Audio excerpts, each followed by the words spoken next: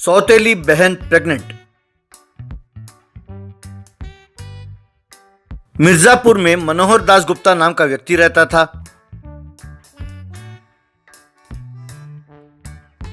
उसने अपने दोनों बेटे और बहुओं को बुलाकर ऐसा कहने लगा,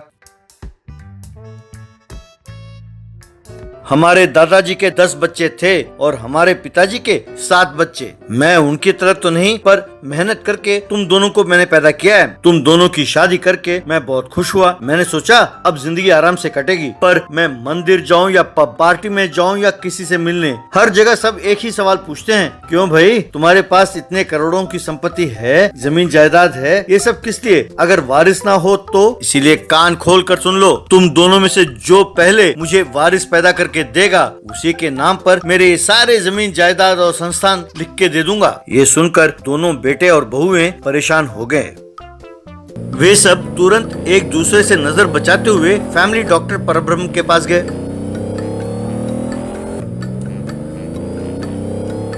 बड़ा बेटा विकास दास गुप्ता, डॉक्टर साहब एक बड़ी मुसीबत आन पड़ी है, उस समस्या को आप ही दूर कर सकते हैं। बहुत जल्द मुझे एक वारिस चाहिए। मैं नहीं जानता कि आप क्या करेंगे, तुरंत मेरा एक बेटा पैदा होना चाहिए बस। ये सुनकर डॉक्टर छल कपट परब्रह्म, क्यों बेटे, क्या तुम सोचते हो कि बच्चा पैदा करना ATM मशीन में कार्ड डालकर पैसे निकालना जितना आसान है? उसके लिए तुम्हें मेहनत करना पड़ेगा, मुझे नहीं। तुम और तुम्हारे पत्नी दोनों खूब मेहनत करो, तभी फल मिलेगा। मेरे पास आकर पूछोगे तो मैं क्या करूँगा? ये तो वही बात हो गई कि यहाँ मेरा थर्मामीटर काम नहीं कर रहा और तुम आके कह रहे हो कि मेरा बुखार देखो।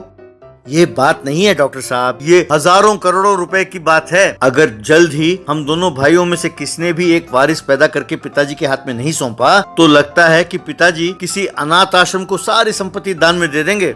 मैं तुम्हारी परेशानी को समझ सकता हूँ। अभी सोचूं कि सवेरे सवेरे दोनों भाई बड़े बड़े गाड़ियों में यहाँ मेरे पास क्यों पहुँचे, लेकिन अब मुझे बात समझ में आई। मैंने छोटे से भी यही बात कही थी, उससे भी कहा था कि मेहनत करो तो फल मिलेगा।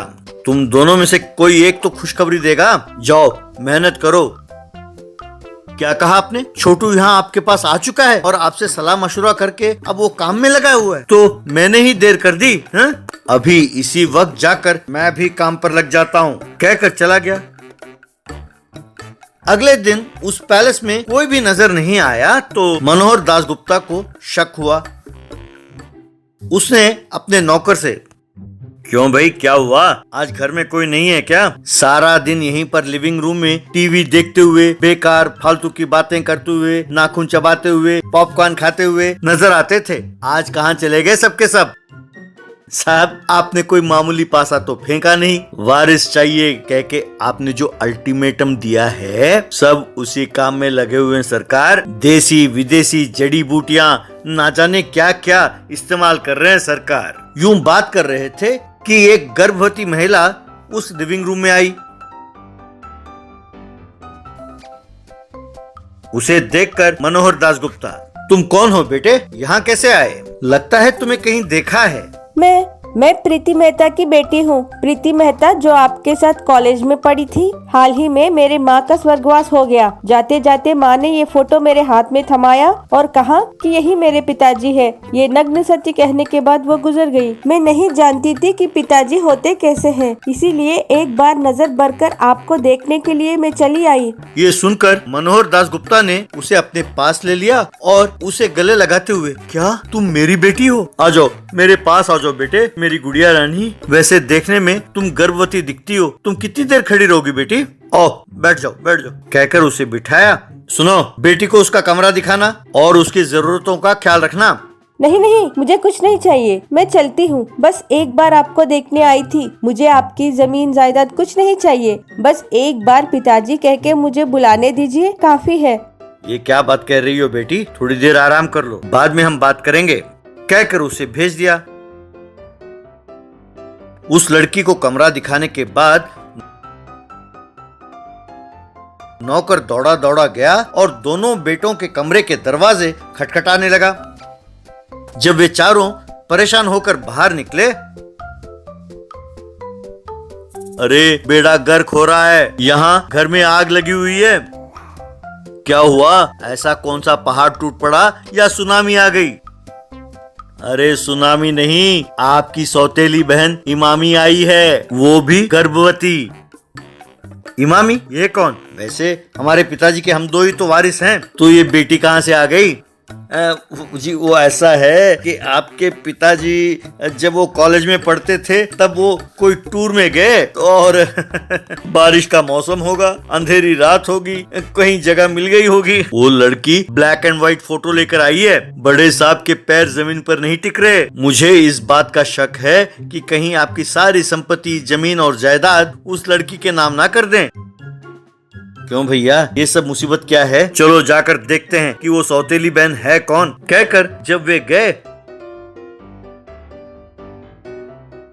तो वो लड़की किसी से फोन पर बात कर रही थी। वे सब छिपकर इसकी बातें सुन रहे थे। आपने जैसे कहा मैंने वैसे ही किया। बूढ़े ने विश्वास कर लिया। सिर्फ मैंने 2 डायलॉग मारा था, बस जा गई थी मैं। बस 1-2 दिन में लॉयर को बुलाएगा और मेरे नाम सारी संपत्ति कर देगा। उसके बाद हम दोनों जायदाद को बांट लेंगे और आराम से जिंदगी गुजार लेंगे। देख लीजिए, कहीं कोई गड़बड़ हुआ तो आपकी थर्मामीटर काम नहीं करेगा फिर। अरे ये अपनी सौतेली बहन नहीं है, ये सब उस डॉक्टर का प्लान है। उस कमीने ने बहुत बढ़िया प्लान किया। चलो पिताजी के पास जाते हैं और दूध का दूध, पानी का पानी कर देते हैं।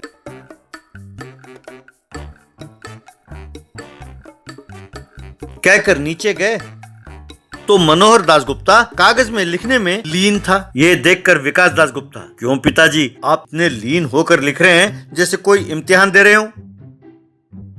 ये मैं वसीयत लिख रहा हूँ बेटे। वैसे मैं तुम लोगों से कहना भूल गया, तुम्हारी एक बहन है, वो अब गर्भवती है। लगता है कि तुम दोनों से पहले वही मुझे एक वारिस देगी, इसलिए सारी संपत्ति उसी के नाम कर रहा हूँ। वाह क्या बात है पिताजी, बहुत बढ़िया है, बहुत बढ़िया। वैसे ऐसे नेक काम करते वक्त बड़ों का होना जरूरी है ना पिताजी। अपने फैमिली डॉक्टर को फोन कीजिए और उन्हें बुला लीजिए पिताजी।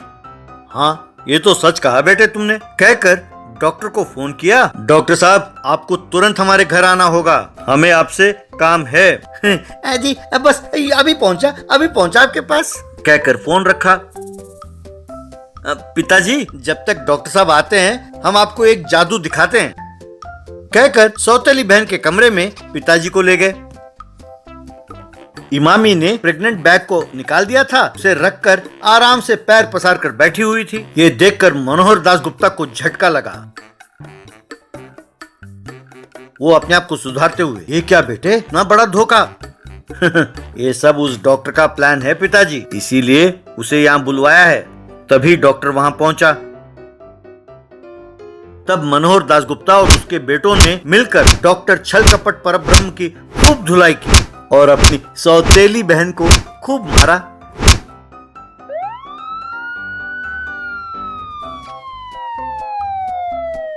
और दोनों को ले जाकर पुलिस को सौंप दिया।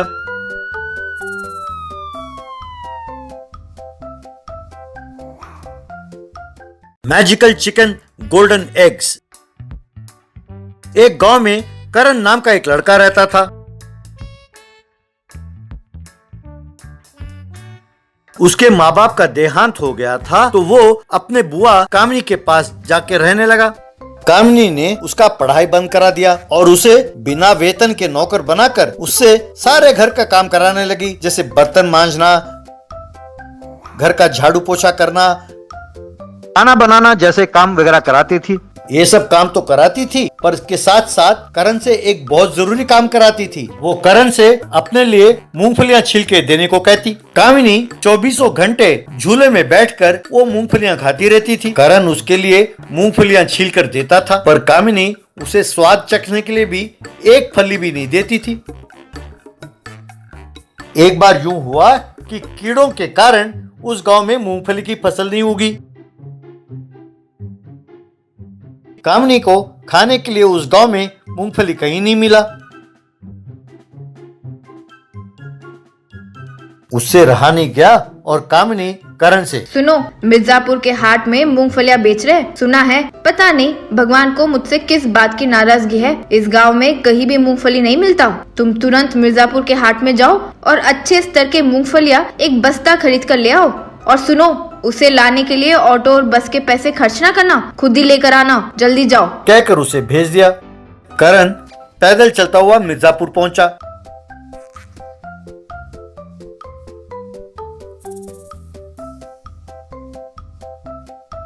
हाट में उसने तोलमोल की और एक बोरी मूंगफली खरीदा। उस बोरी को अपने सिर पर रखकर गांव के लिए चल पड़ा। बोरी भारी होने के कारण उसे रास्ता दिखाई नहीं दिया और वो जंगल की ओर चल पड़ा।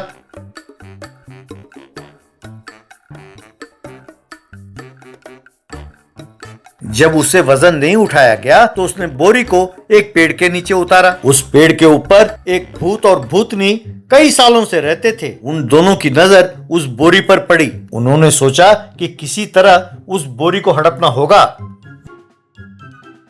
वे दोनों पेड़ के नीचे उतरे।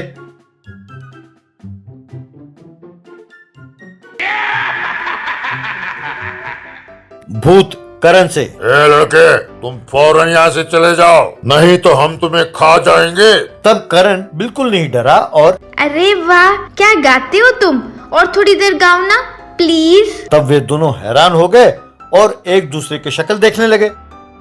हमने हमेशा हमको देखकर डर कर भागने वाले को देखा है, यूँ हमें किसी ने उल्टा जवाब नहीं दिया। यहाँ हम जोर जोर से चिल्ला रहे हैं और तुम्हें वो मधुर संगीत लगा, ये कैसे संभव है? अरे तुम्हारी शक्ल से और तुम्हारे चिल्लाने से मुझे डर नहीं लगता, क्योंकि मैं कामिनी बुआ के पास रहता हूँ। उनके सामने तुम दोनों कुछ भी नहीं हो। अच्छा, वो कामिनी बुआ हमसे भी डरावनी है क्या? ये कैसा हो सकता है? मेरी बुआ इस बोरी में रखे मूंगफलियां खाती रहती है, यही उनके डरावने शक्ल का राज है। बेटे, तुम्हारे हाथ जोड़ती हूँ, वो मूंगफली की बोरी हमारे पास छोड़कर चले जाओ। अगर हमें देखकर लोगों को डर ना लगे तो हमारी तो इज्जत चली जाएगी ना बेटे। ना बाबा, अगर मैं ये बोरी लेकर घर ना पहुँचा तो मेरी बुआ मुझे मार डालेगी। हमें मुफ्त में देने की कोई जरूरत नहीं है। उसके बदले में ये लो ये मुर्गी, तुम इसे ले जाओ। क्या मुर्गी? अगर मैं इस मुर्गी को ले जाकर अपने बुआ को दूं तो पहले वो मुर्गी को खा जाएगी, फिर मुझे बिरयानी बनाकर खा जाएगी। ये कोई साधारण मुर्गी नहीं है बेटा, ये सोने के अंडे देती है। करण ठीक है कहकर उस मुर्गी को लेकर चला गया। वो उस मुर्गी को लेकर घर पहुंचा। करण को बिना मूंगफली के बोरी के आते हुए देखकर कामनी गुस्से से, तुम्हारी ये हिम्मत कि बिना मूंगफली के बोरी के तुम घर लौटो। तब करण अपनी बुआ से, बुआ जी मुझ पर नाराज ना हो, कहकर उस मुर्गी को दिखाते हुए जो हुआ सब बताया। कामिनी बहुत खुश हुई।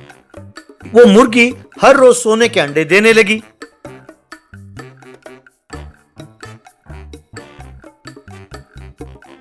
कुछ दिनों बाद कामिनी यूं सोचने लगी, एक बोरी मूंगफली के बदले ये सोने के अंडे देने वाली मुर्गी को ले आया। मैं एक ट्रक भरकर मूंगफलियां ले जाऊंगी और उस भूत से और भी ज्यादा इनाम लेकर आऊंगी। यूं सोचकर वो घर से चली गई। यूं कई दिन बीतने के बाद भी कामिनी घर नहीं लौटी। मुर्गी के दिए हुए सोने के अंडे करण हर रोज बेचने लगा। इस तरह वो बहुत बड़ा धनवान बन गया, अच्छा घर बनाया और स्कूल भी जाने लगा। यूं कई साल बीत गए। करण बड़ा हो गया। वो किसी काम से एक दिन शहर गया और लौटते हुए उसी जंगल के रास्ते से आया। तब उसने देखा कि एक पेड़ के नीचे फटे पुराने कपड़े पहने हुए एक औरत मूंगफलियां छीलकर एक कटोरी में डालकर दे रही थी। उस औरत को देखकर करण, बुआ जी, आप यहाँ क्या कर रही हो? जानती हो आपको मैंने कहाँ कहाँ नहीं ढूंढा। आपका ये हाल कैसे हो गया? क्या बताऊं बेटा, लालच में आकर मैं यहाँ फंस गई। मैं ट्रक भरकर मूंगफलियां ले आई और सोचा कि काफी अच्छे अच्छे इनाम मिलेंगे, पर यहाँ जब मैं आई तो भूत ने मुझे देखकर, तुम्हारी वजह से मेरी भूतनी पत्नी का बहुत लाभ हुआ, पर उसके लिए मूंगफलियां छीलते छीलते मेरी जान निकली जा रही है। तुम सही समय पर आई हो। इस ट्रक में जितने मूंगफलियां है हर रोज तुम उसको छीलकर देती रहो, नहीं तो वो हम दोनों को मार डालेगी। अब क्या बताऊं बेटा, तब से हर रोज ट्रक भर भर कर मूंगफलियां आती है और मैं उसे छीलकर देती रहती हूँ। तब करण तुरंत उन भूतों के पास गया और हे भूत, तुमने जो मुर्गी दिया था उसके वजह से मेरा काफी फायदा हुआ है। यही हमारी कामनी बुआ है। कृपा करके आप इन्हें छोड़ दो। मैं आप दोनों के लिए हर रोज छिले हुए मूंगफलियां भेजूंगा। ये बात सुनकर दोनों भूत खुश हुए और कामनी को छोड़ दिया। करण अपने बुआ को लेकर अपने घर लौटा।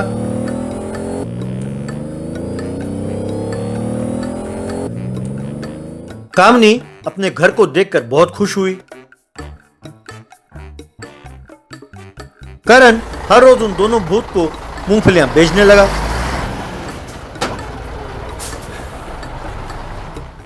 सब खुशी खुशी जीने लगे।